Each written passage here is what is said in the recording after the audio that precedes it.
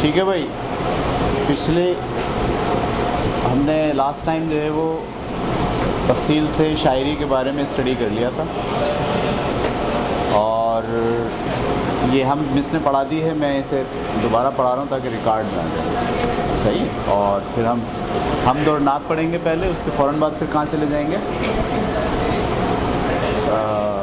غزلوں کی طرف چلے جائیں گے. ٹھیک ہے، تو دیکھیں آج کی کلاس میں کوشش کرتے ہیں ہم دو نعت دونوں. آئیے، ہم جو ہے وہ کس نے لکھی ہے؟ مولوی محمد اسماعیل میرٹھی صاحب نے. بڑا نام ہے اردو ادب میں، اور خاص طور پہ بچوں کے شاعر کے طور پر ان کو یاد کیا جاتا ہے. آپ جتنے بھی چھوٹی کلاسز میں کتابوں میں نظمیں پڑھتے ہیں، اس میں سے اکثر نظمیں محمد اسماعیل میرٹھی کی ہوتی ہیں. اور انہوں نے اردو سکھانے کے لیے، بچوں کو اردو سکھانے کے لیے ٹیکسٹ بک بھی لکھی. انڈیا کی جو ایجوکیشن اس زمانے میں، جو انڈیا میں ایجوکیشن کا ڈپارٹمنٹ تھا، انہوں نے ان سے درخواست کی کہ آپ بچوں کو اردو سکھانے کے لیے کتابیں لکھیں. تو انہوں نے باضابطہ اردو کی پہلی کتاب، اردو کی دوسری کتاب، اردو کی تیسری، چوتھی، پانچویں، صحیح، یہ کتابیں انہوں نے لکھی. اچھا، بعد میں اب جو ہمارے ہاں کتابیں لکھی جاتی ہیں، بیشتر کتابوں میں انہی 5-6 کتابوں سے چیزیں نکال کر تھوڑا سا ان میں امینڈمنٹ کر کے ہم سبق بنا رہے ہیں. ٹھیک ہے، تو محمد اسماعیل میرٹھی ایک بڑا نام ہے، اور آپ اگر انٹرنیٹ پہ جا کے سرچ کریں گے، کلیات میرٹھی کے نام سے ان کی کتاب ہے، جس میں جتنی شاعری انہوں نے کی ہے وہ ساری کی ساری موجود ہے. بچوں کی شاعری خاص طور پر مشہور ہے ان کی، لیکن انہوں نے صرف بچوں کے لیے کام نہیں کیا. انہوں نے غزلیں بھی لکھی ہیں، انہوں نے نعتیں بھی لکھی ہیں، نظمیں بھی لکھی ہیں، لیکن زیادہ مشہور یہ ہوئے بچوں کی شاعری کے لیے. ٹھیک ہے، شکر کر رب کا بھائی جس نے تیری گائے بنائی، یہ جو پوری نظم ہے یہ آپ کو مل جائے گی. اسی طرح سے محمد اسماعیل میرٹھی کا بارش کا پہلا قطرہ مشہور نظم ہے. ٹھیک ہے، اور بھی بے شمار. آپ اگر کبھی پرانی کتابیں ڈھونڈیں، بلکہ اپنے اسکول میں جائیے، پہلی کلاس کی کتاب اٹھائیے، دوسری اٹھائیے، تیسری اٹھائیے، اس کو جب آپ ایسے نظم جہاں آئے گی، حمد ہو، نظم ہو، ٹھیک ہے، تو آپ اس نظم کو پڑھیں، اس کے آخر میں لکھا ہوگا محمد اسماعیل میرٹھی. زیادہ تر جو نظمیں کتابوں میں بچوں کو پڑھانے کے لیے منتخب کی جاتی ہیں، وہ محمد اسماعیل میرٹھی کی منتخب کی جاتی ہیں. ہم پہلے ان کے بارے میں تھوڑا سا پڑھ لیتے ہیں، اس کے بعد پھر ہم آ جائیں گے. ٹھیک ہے، مولوی محمد اسماعیل میرٹھی ہندوستان کے شہر میرٹھ میں پیدا ہوئے. ابتدائی تعلیم میرٹھ ہی میں پائی، پھر عربی اور فارسی کے استاد کی حیثیت سے میرٹھ اور سہارنپور کے اسکولوں میں خدمات انجام دیں. آخر میں آگرے میں سینٹرل نارمل اسکول میں استادوں کو تربیت دیتے رہے. وہاں سے ریٹائرڈ ہو کر واپس میرٹھ آ گئے اور یہیں انتقال فرمایا. اسماعیل میرٹھی کا شمار بچوں کے اہم شاعروں میں ہوتا ہے. یہ پاکستان بننے سے پہلے کے ہیں، صحیح، یعنی 1844 میں پیدا ہوئے اور 1917 میں ان کا انتقال ہو گیا. بچوں اور نوجوانوں کے لیے بہت سی اصلاحی اور اخلاقی نظمیں لکھی. آپ کی شاعری زبان کی پاکیزگی اور بیان کی سادگی کا نہایت عمدہ نمونہ ہے.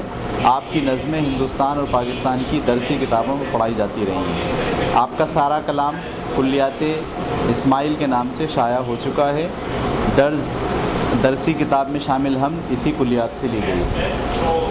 میں اگر آپ کو اسماعیل میرٹھی کے بارے میں میری اپنی جو کاوش ہے وہ دکھانے کی کوشش کروں. اس کو روکیے گا ذرا.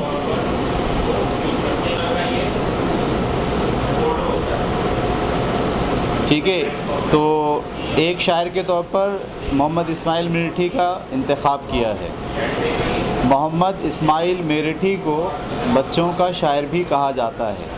آپ نے بچوں کے لیے بے شمار نظمیں لکھی ہیں. یہ شاعر آج سے تقریباً 150 سال پرانے ہیں، کیونکہ ان کی تاریخ پیدائش 1844 ہے. یہ زمانہ بر صغیر پاک و ہند میں مسلمانوں کی پستی کا زمانہ تھا، اور اسی زمانے میں حالات کے رد عمل سے بے شمار شخصیات منظر عام پر آئیں، جنہوں نے اپنی کوششوں سے مسلمانوں میں علمی شعور بیدار کرنے کی انتھک محنت کی. سر سید احمد خان اسی طرح کی شخصیات میں سر فہرست ہیں۔ آپ کی تحریک کے اثرات اس زمانے کے ہر فرد پر ہوئے اور کم و بیش ہر بڑی شخصیت آپ کی تحریک کے دستے میں کسی نہ کسی طور پر شامل رہی۔ سر سید کی اسی تحریک نے اقلیت پسندی اور ذہنی بیداری کی جو فضا پیدا کی تھی، اس میں بڑوں کی باتوں بڑوں کے لہجے میں کرنے والے تو بہت تھے، لیکن بچوں کے لیے بچوں کے لہجے اور بچوں کی سطح پر اتر کر کام کرنے والا کوئی نہ تھا۔ ایسے میں محمد اسماعیل میرٹھی بارش کا پہلا قطرہ ثابت ہوئے۔ نہ صرف پہلا قطرہ بلکہ خوب گرج چمک کے ساتھ اس طرح برسے کہ نہ صرف اس زمانے کے تمام بچے ہی آپ کی شاعری اور مضمون نگاری کے سحر سے آزاد نہ ہوئے۔ آپ نے آن کیا؟ آن ہے یہ؟ ٹھیک ہے اچھا جی۔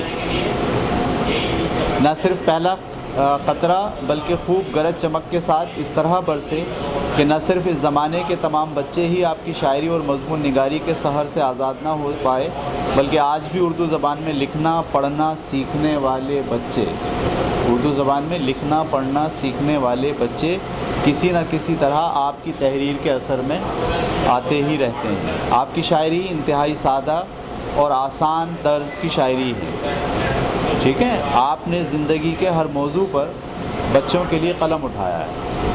اللہ کی شان میں جب آپ کا قلم اٹھا تو ایسے سادہ طریقے سے بچوں کی جگہ پر آ کر آپ نے اللہ تعالیٰ کی حمد و ثنا کی کہ دل متاثر ہوئے بغیر نہیں رہ سکتا۔ ایک مناجات میں وہ اس طرح خدا کی شان بیان کرتے ہیں۔ یعنی میں یہاں پر اب آپ کو ان کی حمد لکھنے کی صلاحیت کی کچھ مثال دیتا ہوں۔ تصور تیری ذات کا ہے محال، کسے یہ سکت کہاں یہ مجال۔ یہ آپ کے پاس اس حمد کے اندر یہ والا شعر، تصور تیری ذات کا ہے محال، کسے یہ سکت کہاں یہ مجال۔ یعنی آپ کی جو ذات ہے ہم اس کو اپنے خیال میں نہیں لا سکتے، ہم اپنے تصور میں نہیں لا سکتے، اس لیے کہ وہ آپ کی ذات جو ہے وہ تصور سے بالاتر شے ہے۔ اور پھر کہتے ہیں کسے یہ سکت کہاں یہ مجال۔ ایک شعر انہوں نے ایسا لکھا۔ پھر ایک شعر انہوں نے لکھا، تعقل میں اتنی صفائی کہاں، تعقل کا مطلب عقل، تعقل میں اتنی صفائی کہاں، تفکر کو ایسی رسائی کہاں۔ یہ بھی آپ کے پاس ہے یا نہیں؟ یہ آپ کے پاس نہیں ہے، بالکل ٹھیک ہے۔ تو اس کے بعد یہاں عقل جاتی ہے آئی ہوئی، تخیل پہ ہیبت ہے چھائی ہوئی۔ یہ بھی حمد کا شعر ہے۔ تفکر کے جلتے ہیں پر اس جگہ، تصور کا کٹتا ہے سر اس جگہ۔ کسی کی یہاں دال گلتی نہیں، کسی کی یہاں چال چلتی نہیں۔ شعر دیکھ رہے ہیں آپ، خدا کے سامنے کسی کی دال نہیں گلتی اور کسی کی چال نہیں چلتی۔ کسی کی یہاں دال گلتی نہیں، کسی کی یہاں چال چلتی نہیں۔ یہ بڑی طویل مناجات ہے جس کا ہر شعر دل میں خدا کی عظمت اور شان پیدا کرتا ہے، ٹھیک ہے۔ اچھا، اپنی ایک اور نظم میں خدا کی صنعت میں کچھ اس طرح سے خدا کی شان بیان کرتے ہیں، جو چیز خدا نے ہے بنائی اس میں ظاہر ہے خوش نمائی، کیا خوب ہے رنگ ڈھنگ سب کا، چھوٹی بڑی جس قدر ہیں اشیاء، روشن چیزیں بنائی اس نے، اچھی شکلیں دکھائی اس نے، ہر چیز کی ادا ہے نرالی، حکمت سے نہیں ہے کوئی خالی، ننھی کلیاں چٹک رہی ہیں، چھوٹی چڑیاں خدک رہی ہیں۔ خدا کی شان بیان کرتے ہیں، ٹھیک ہے۔ اسماعیل میرٹھی چھوٹے چھوٹے مصروں میں سادہ الفاظ استعمال کرتے ہیں، یعنی ان کی شاعری کی خاصیت یہ ہے کہ چھوٹے مصرے ہوں گے، یعنی ایک جو پہلا شعر کا پہلی لائن ہوتی ہے ایسا نہیں بہت زیادہ الفاظ ہوں، بڑی بحر نہیں ہوگی، چھوٹی بحر ہوگی۔ یہ لفظ سنیے گا، جب شاعری میں آپ پہلا مصرع استعمال کرتے ہیں اس کو آپ پہلا مصرع بھی کہتے ہیں اور بحر بھی کہتے ہیں۔ تو بعض لوگ شاعری میں بڑی بحر کا استعمال کرتے ہیں، یعنی ایک لائن ان کی بہت بڑی ہوتی ہے، پہلا مصرع بہت بڑا ہوتا ہے، اور بعض لوگ اپنی شاعری میں چھوٹی بحروں کا استعمال کرتے ہیں۔ تو اسماعیل میرٹھی جو ہے وہ چھوٹی بحروں میں چھوٹے چھوٹے لفظوں میں اپنی پوری بات کہنا اچھی طریقے سے جانتے ہیں۔ اچھا جی، آگے پڑھتے ہیں ہم۔ اسماعیل میرٹھی چھوٹے چھوٹے مصروں میں سادہ الفاظ استعمال کرتے ہوئے اس طرح لفظوں کو بنتے ہیں کہ پڑھنے والے کے ذہن میں موسیقی گونجنے لگتی ہے، دل خود بخود گنگنانا چاہتا ہے۔ اسی طرح محمد صلی اللہ علیہ وسلم کی تعریف کرتے ہوئے سادہ مگر پر اثر مصروں میں کیا خوبصورت احساس بیان کرتے ہیں۔ میں مثال کے طور پر ان کی چند شاعری پڑھ رہا ہوں جو محمد صلی اللہ علیہ وسلم کے لیے لکھی ہے۔ وہ علم و حکمت سکھانے والا، پیام حق کا وہ لانے والا۔ شاعری کا انداز دیکھ رہے ہیں آپ، موسیقی محسوس ہوتی ہے۔ وہ علم و حکمت سکھانے والا، پیام حق کا وہ لانے والا، کلام حق کا سنانے والا، عذاب حق سے ڈرانے والا، وہ رسم بد کا چھڑانے والا، وہ جہل بدعت مٹانے والا، وہ بت پرستی اٹھانے والا، وہ سیدھا رستہ چلانے والا۔ دیکھ رہے ہیں موسیقیت کتنی ہے۔ خدا پرستی بتانے والا، وہ عاصیوں کا بچانے والا، مقام محمود پانے والا، وہ بیت اقصیٰ کا جانے والا۔ چھوٹے چھوٹے مصرے، چھوٹے چھوٹے الفاظ اور اس میں شاعری کا انداز۔ تو یہ آپ نے دیکھا ایک ہم کا جو ہے وہ کیسے لکھی ہے انہوں نے، اور محمد صلی اللہ علیہ وسلم کی تعریف میں بھی بہت اچھی شاعری کی ہے۔ اچھا یہ شاعری دیکھیں بڑی بڑی نہیں ہے، بھاری بھاری نہیں ہے، نہیں پیچیدہ الفاظ نہیں ہیں، سادے سادے الفاظ۔ وہ علم و حکمت سکھانے والا، ٹھیک ہے، وہ علم و حکمت سکھانے والا، پیام حق کا وہ لانے والا، کلام حق کا سنانے والا، عذاب حق سے ڈرانے والا، وہ رسم بد کا چھڑانے والا، وہ جہل و بدعت مٹانے والا، وہ بت پرستی اٹھانے والا، وہ سیدھا رستہ چلانے والا، خدا پرستی بتانے والا، وہ عاصیوں کو بچانے والا، مقام محمود پانے والا، وہ بیت اقصیٰ کا جانے والا۔ کیا شاعری ہے، دیکھ رہے ہیں آپ، چھوٹے چھوٹے الفاظ۔ اچھا جی آگے لکھتے ہیں محمد اسماعیل کے ہاں الفاظ کی بندش کا کوئی مسئلہ نظر نہیں آتا۔ یعنی جب وہ الفاظ رکھتے ہیں نا کسی شعر میں، تو جب ہم شاعری کرتے ہیں تو الفاظ رکھتے ہوئے ہم ذرا پریشان ہوتے ہیں، یہ الفاظ سیٹ بیٹھ رہا ہے، یہ سیٹ نہیں بیٹھ رہا، وزن پورا ہو رہا ہے، ہاں وزن پورا ہو رہا ہے یا وزن پورا نہیں ہو رہا ہے، اسی سے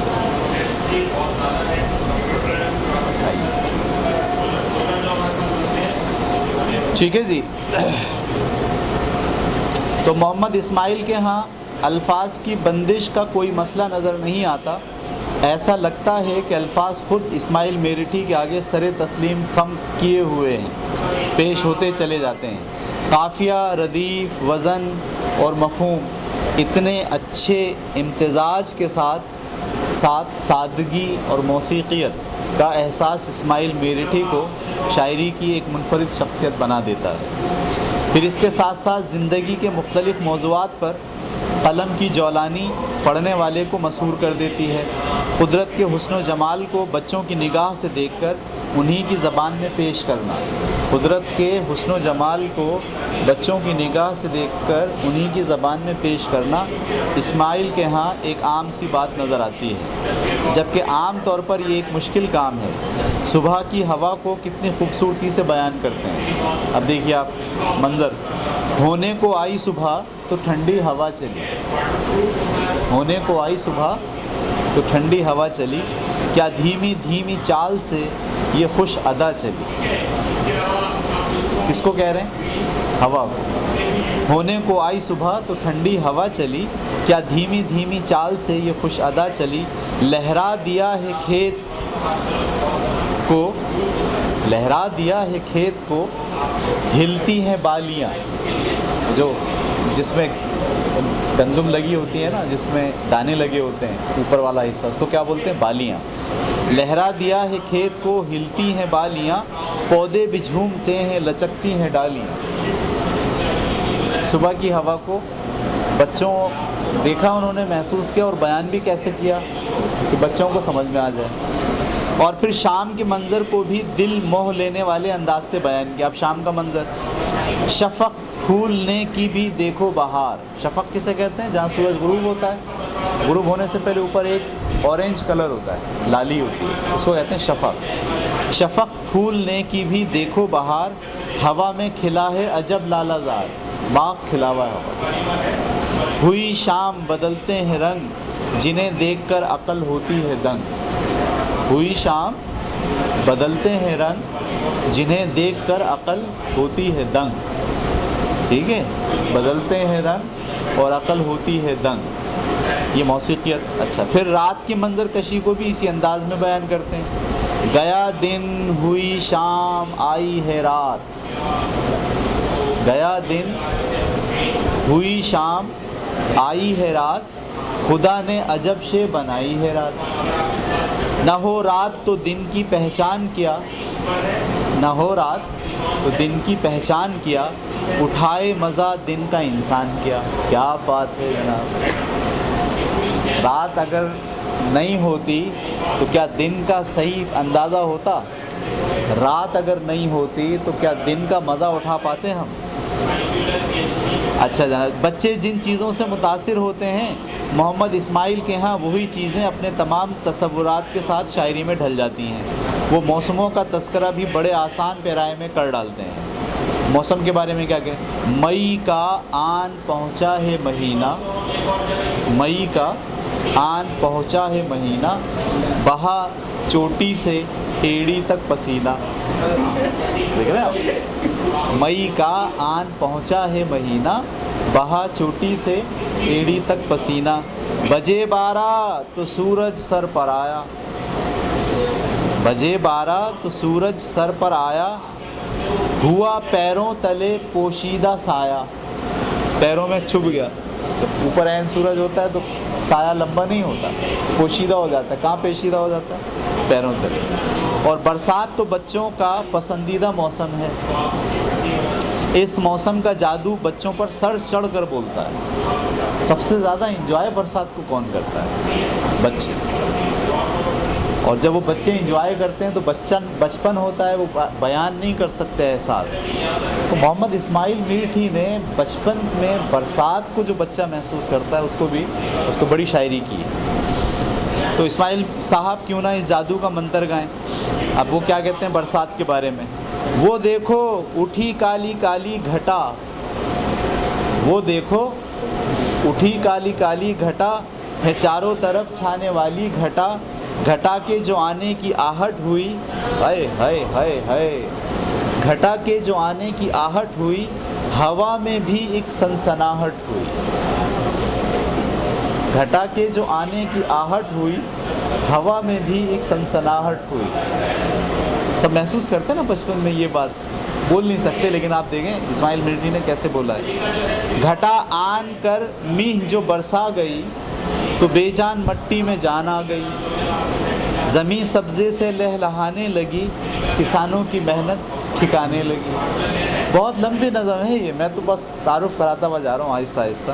اور میں یہ بتانے چاہ رہا ہوں اس پورے کلاس میں کہ دیکھیے ایک شاعر کتنا ورسٹائل شاعر ہے.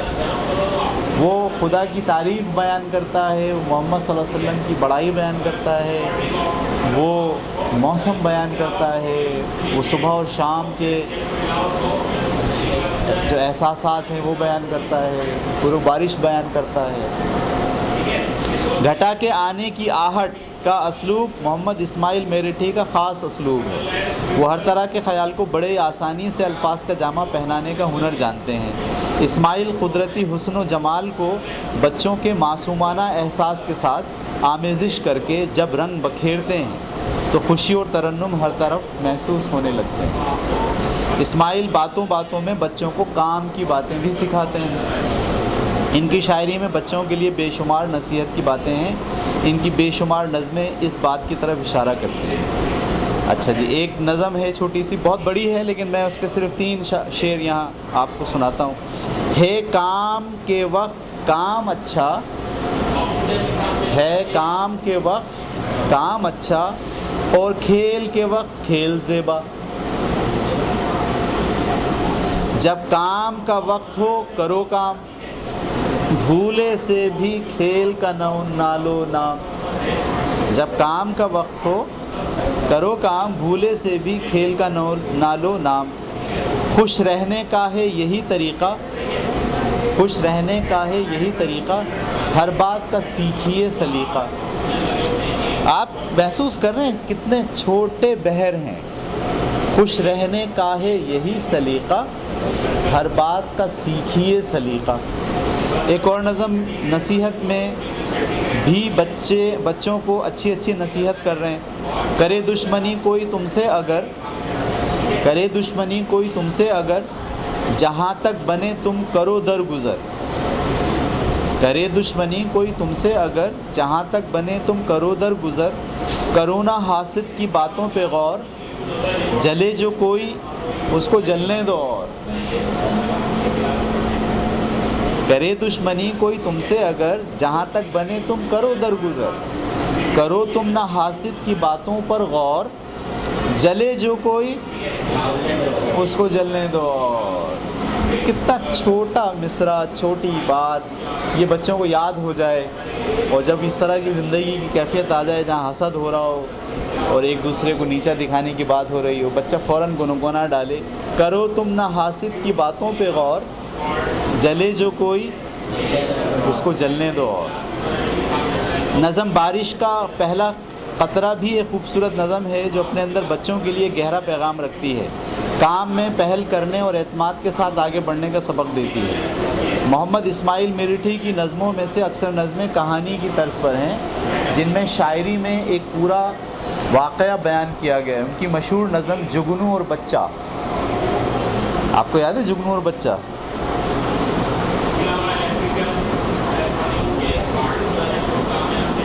جگنو اور بچہ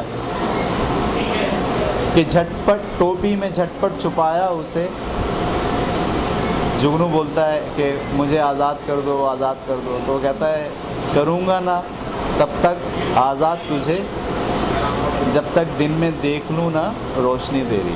تو وہ کہتا ہے پھر جواب میں کیا کہتا ہے، چمک میری تم دن میں نہ پاؤ گے تم، اجالے میں تو ہو جاتی ہے وہ گم۔ بڑی زبردست نظم ہے جگنو اور بچہ، مجھے یاد نہیں ہے۔ اچھا جی، تو ان کی مشہور نظموں کے اندر جگنو اور بچہ ہر دور کے بچوں کی پسندیدہ نظم رہی ہے۔ اب یہ آپ کا ٹاسک ہے 10ویں والوں کا کہ آپ اگلی کلاس میں مجھے جگنو اور بچہ پوری یاد کر کے آئے گا ہر بچہ۔ کہاں سے ملے گی؟ کسی کتاب میں مل جائے گی چھوٹی کلاس میں، جگنو اور بچہ۔ نہیں ہوگی تو میں بھی آپ کو پوسٹ کر سکتا ہوں۔ سب بچے یاد کر کے آئیں گے، کم از کم محمد اسماعیل میرٹھی کی جگنو اور بچہ تو ہم سب کو یاد ہونی چاہیے۔ ٹھیک ہے، آگے چلتے ہیں۔ آپ کی بے شمار نظمیں مکالماتی ہیں جن میں دو چیزوں کے درمیان مکالمہ ہو رہا ہے، ہوا اور سورج کا مقابلہ، کچھوا اور خرگوش، بچہ اور ماں، مور اور کلنگ، ایک لڑکا اور بیر، اور ایک پودا اور بیر قابل ذکر ہے۔ محمد اسماعیل میرٹھی کی ایک مشہور و معروف نظم ہماری گائے، ہماری گائے۔ انڈیا میں گائے کا بڑا مسئلہ تھا نا، لڑائیاں ہوتی تھیں، تو گائے کے لیے انہوں نے تعریف میں بھی نظمیں لکھی تاکہ سب لوگ گائے کو اچھا سمجھیں۔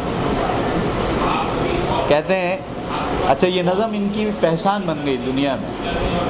کہتے ہیں رب کا شکر ادا کر بھائی، رب کا شکر ادا کر بھائی، جس نے ہماری گائے بنائی۔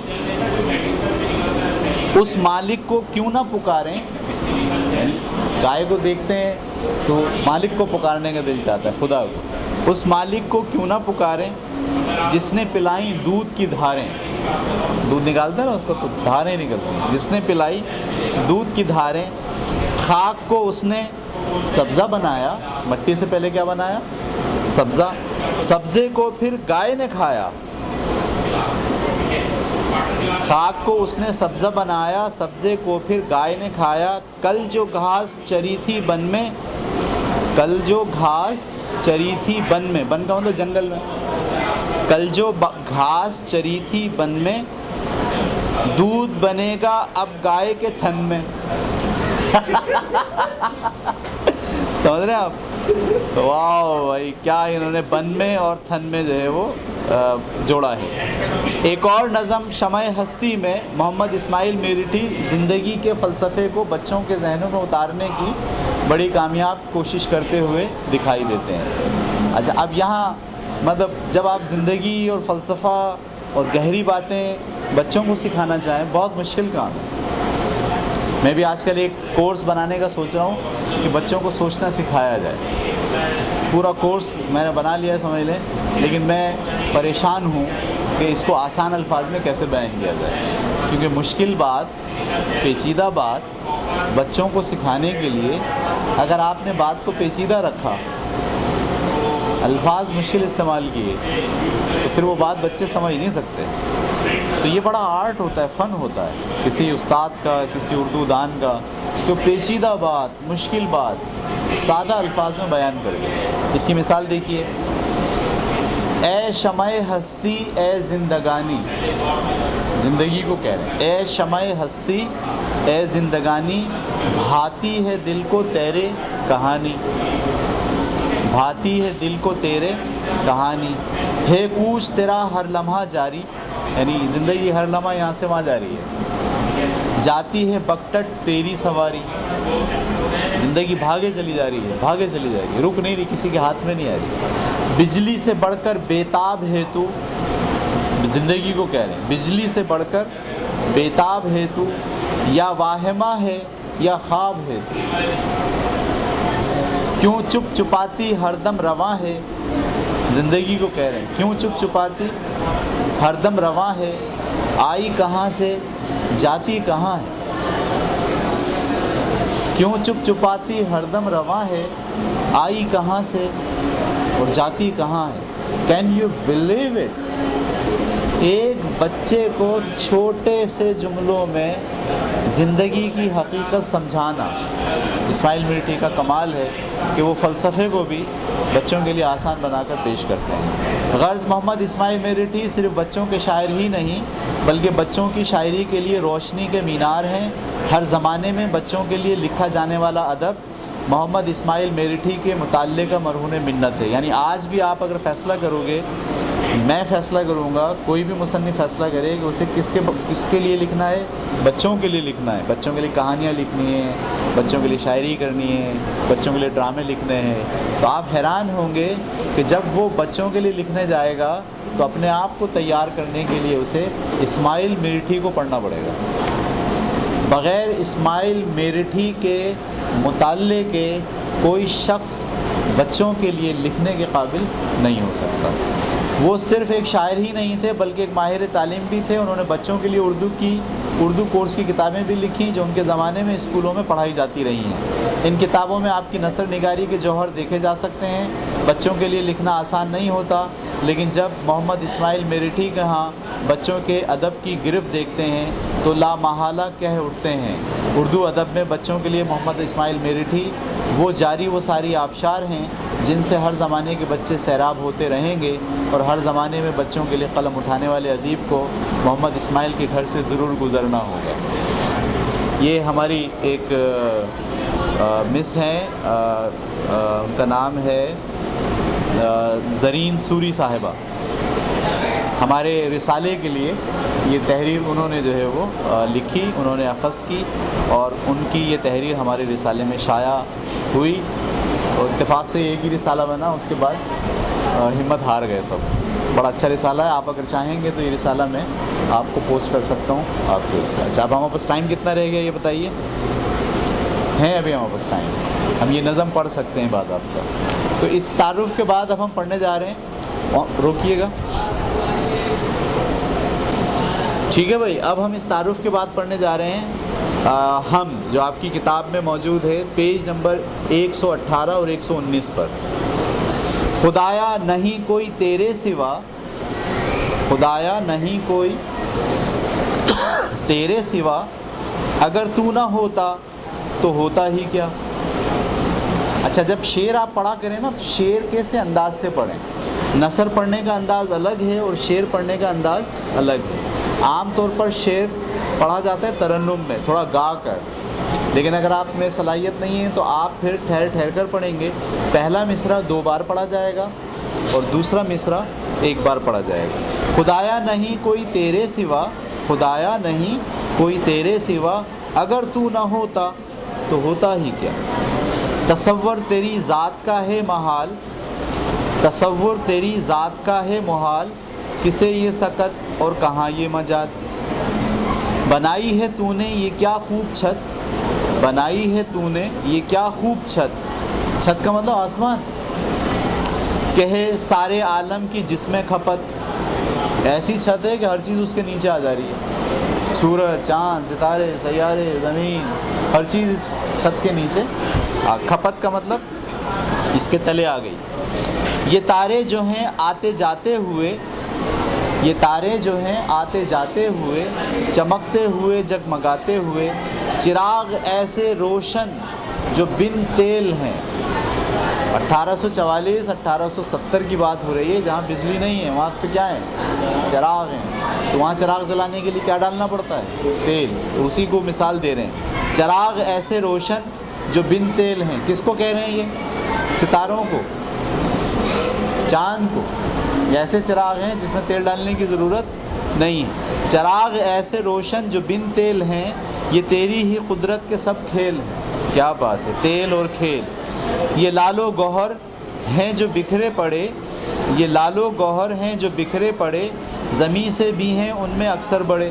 یعنی جب آپ آسمان کو دیکھتے ہیں اس میں آپ کو ستارے نظر آتے ہیں، چاند نظر آتا ہے، سورج نظر آتے ہیں، چھوٹے چھوٹے سے ٹمٹماتے ہوئے ستارے نظر آتے ہیں، یہ ان میں سے اکثر زمین سے بھی کیا ہیں؟